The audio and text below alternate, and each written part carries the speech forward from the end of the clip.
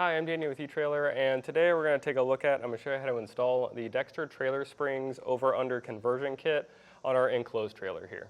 One of the main reasons you're going to want this kit is if you have a lifted truck and you're having a hard time finding a low enough adapter, or you don't want a 10-inch adapter on that truck to match up your trailer. Now, another reason you might want your trailer to be lifted up is you're going to have a lot more ground clearance, so you're less likely to bottom out.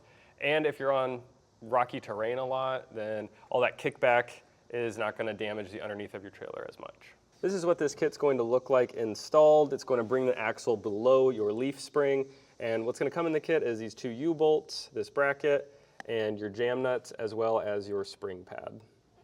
As far as install goes, it's pretty straightforward. There's not a ton of moving parts here, but you will have to jack up your entire trailer. And welding is not required, but it's highly recommended to weld your axle to your spring plate because that's going to prevent slippage long term. So if that's not something you're wanting to do, then I would check out our dealer locator and we can find a professional in your area to get this done for you. But if you're looking to do it yourself, follow along and I'll walk you through it. Before we get started here, I'll go ahead and get you the measurement before we raise it up. So right now it's looking at 30¼ inches.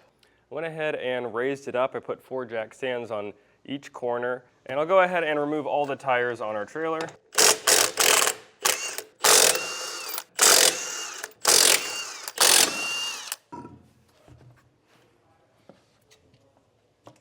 Now let's determine if we have the right kit. So first you want to measure your axle, and I'm just going to do a rough measurement here, and it looks like we got 2 3/8, and that is what our kit is rated for, and most commonly it is rated for axles that have a 35,000 pound weight capacity.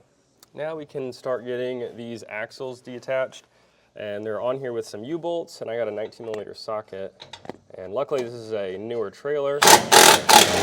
It's easier to take these off, but if yours is a little rusted up, you can spray some brake clean in there, let it soak in, and get these removed that way.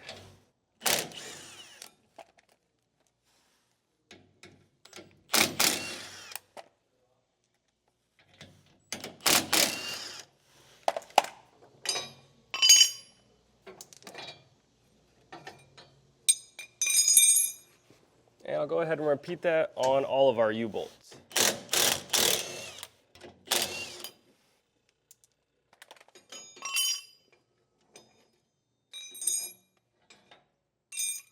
On the driver's side, there's going to be your wires for your brakes. So I'm going to cut these and reconnect them later. And I highly recommend using heat shrink mud connectors like we're going to use. These factory connectors are prone to getting water inside and corroding your wires. Now with everything removed, I'm going to rotate this gently down on our leaf spring here. You might want 2 people on either end because this is kind of heavy. But I'm going to just gently roll this over and rest it right there. Now I'll take a floor jack and try and get this in the center of our axle the best I can.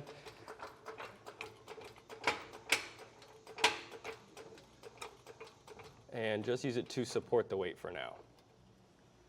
I'll get this spring lowered down by removing this bolt. I got a 7/8 wrench for the nut on the back. I got a 13/16 socket. I'll get this loosened up.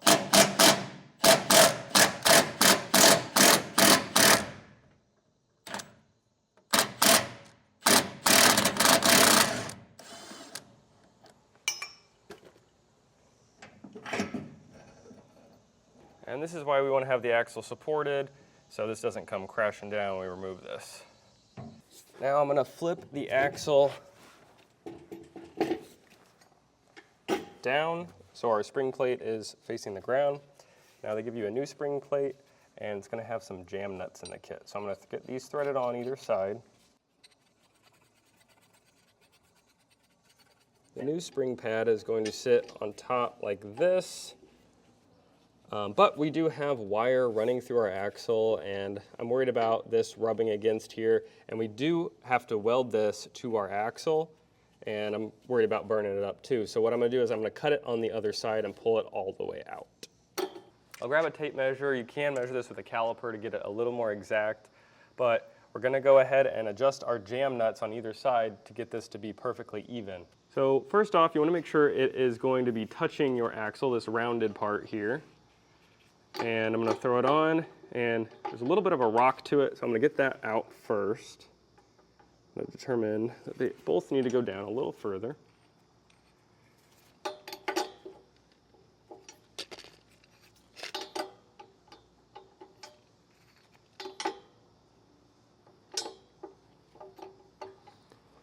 And now I will measure this side. We're at 3.5, and I'll measure this side as well. And this side is going to be 3 9/16, so I'm going to have to adjust it, and I'm going to try and get this within 1/32 of an inch. We can put our spring back in place. I'm going to put the hardware that came out back in. And I'm going to get this tightened and torqued down on both sides. I'll go ahead and torque both of these to the specs and the instructions. And if you don't have a torque wrench at home, you can usually rent one from your local auto parts store, or we do sell them here at eTrailer.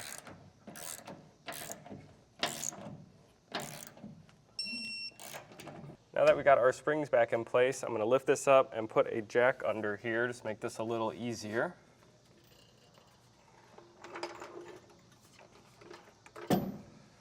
And there's going to be a nub that's sticking out, just like on the top side. There's going to be one on the bottom side, and that's going to go into our spring plate. And now I jacked it up a little bit to have it snug against the bottom. And I'll put our top plate on.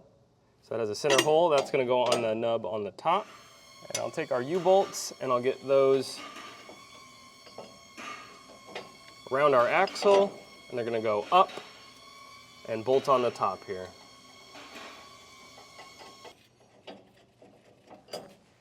We can now get these snugged down using an 18mm socket.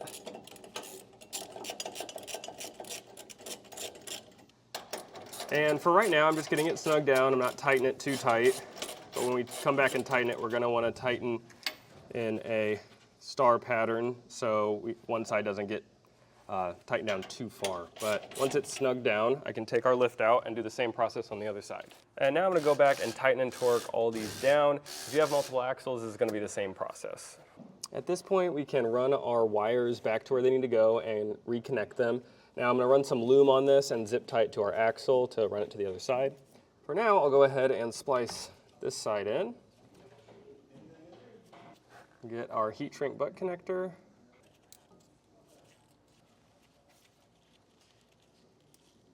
I'll get a heat source and get this shrunk down. And now I'll get some of the slack out of here, get it all zip tied up, and reconnect everything else. Now we can weld our spring plate to our axle on both sides on all the axles. So we're going to have a welder come out and get this taken care of. Now that the welding's done, we can throw our tires back on, lower our trailer, and we're good to start towing again. And now we've installed the kit, and as you can see visually, it looks a lot higher, but I'll go ahead and get that measurement again. And now we're looking at 35 1/4. So that rose up about 5 inches. But other than that, that was a look at the Dexter conversion kit on our enclosed trailer.